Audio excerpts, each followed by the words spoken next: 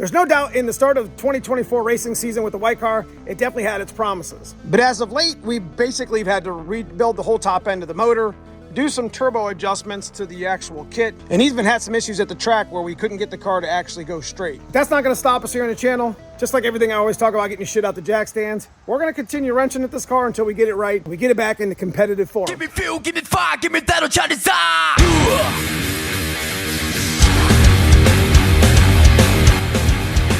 All right, we landed back over at Kraken Automotive where we're gonna be doing a little bit of tuning today with our white car. We haven't touched the tune on this car in like 6 months, and we made some pretty crazy changes in the last few months with the head gasket and the turbo kit. It's not been running like it should. It's not been doing what it should do at the track. So we're gonna go hit the dyno and see if we can't figure out a couple things before we start making some other changes.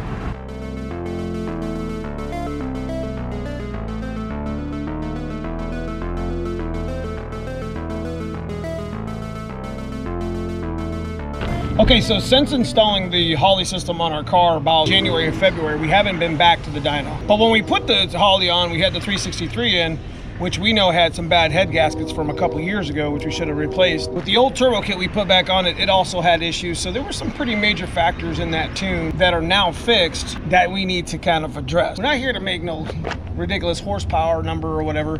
We just want to mess with the fuel table a little bit, mess with the timing, and make sure that we ain't got going wrong in here.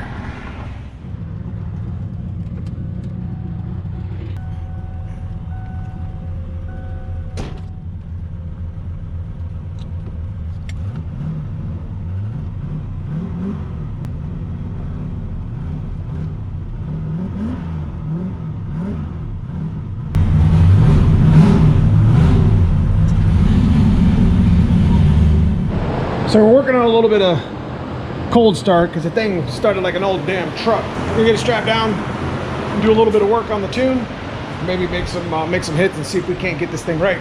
So we got all the things mechanically worked out for the most part, but it runs like shit and can't leave the line. I ain't been 60 foot in that car forever. All right, we got everything set up, ready to go.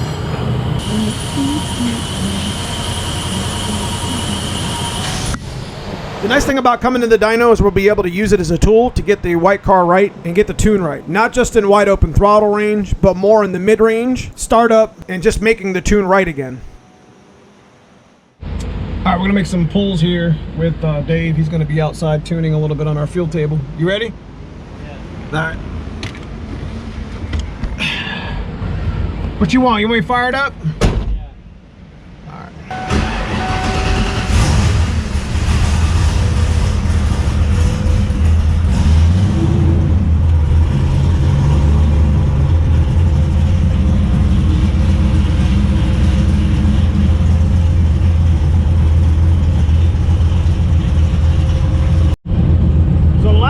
This, we had a couple head gaskets that were lifted from like 2 years ago, so the motor really needed head gaskets a while ago. Never really thought I would put it back in this car. On top of that, the old turbo kit with the flex couplers were getting old. They had holes in them. All this stuff still worked at like 15-pound boost, but and this guy playing on TikTok. Is the CO2 on, dummy? Yep, CO2 on dummy.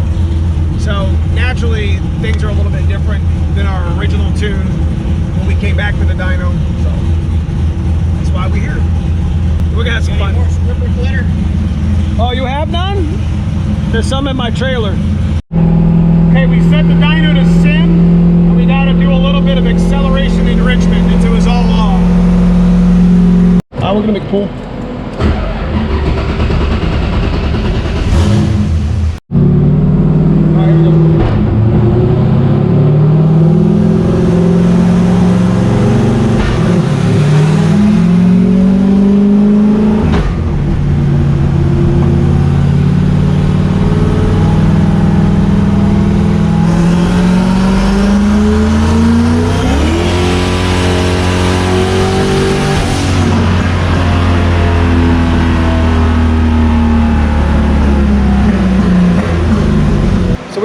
Of like wide open throttle tunes to try to make power. We did find some problems. Dave went through this. The fuel table was pretty different. Like the acceleration enrichment There's a lot of things that we had in our tune since our fixes that were just completely off. And I mean, you can see this curve of our acceleration enrichment. It was like a straight small line. And that was one of the reasons why we were kind of off on our 60 foot and it was comping all this fuel. And we did a lot of tuning tonight that were like startup, drivability, not really drivability, but just running an acceleration enrichment. We also came to the point that fucking valve springs are working. So we think we got a nice dip in the higher RPMs, and I can't tell you the last time we messed with these valve springs.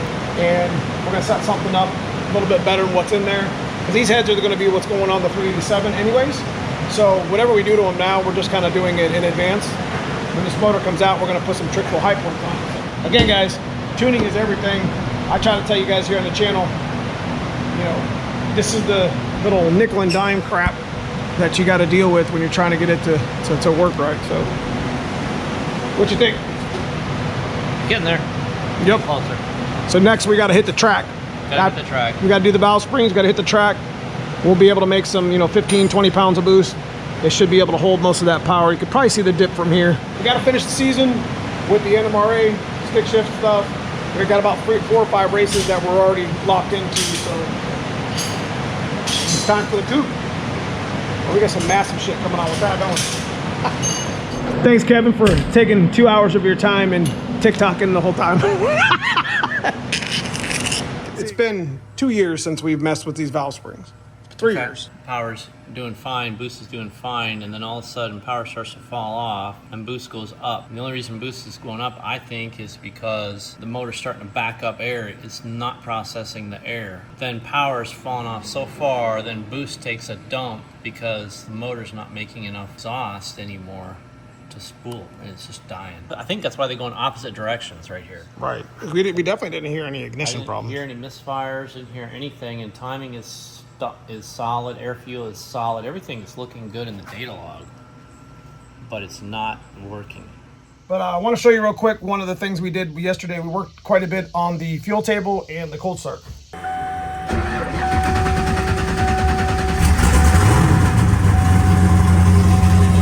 Starts way better than it did before.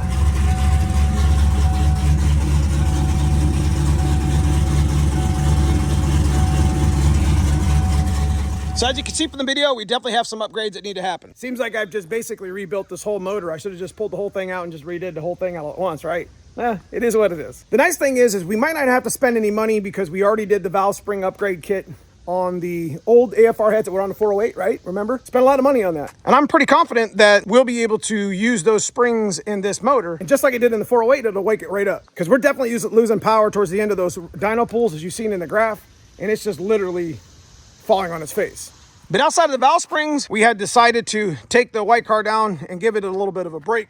And we're not going to be racing for another month or so. There's a major ignition upgrade that we're going to be doing to the car that we should have done a long time ago.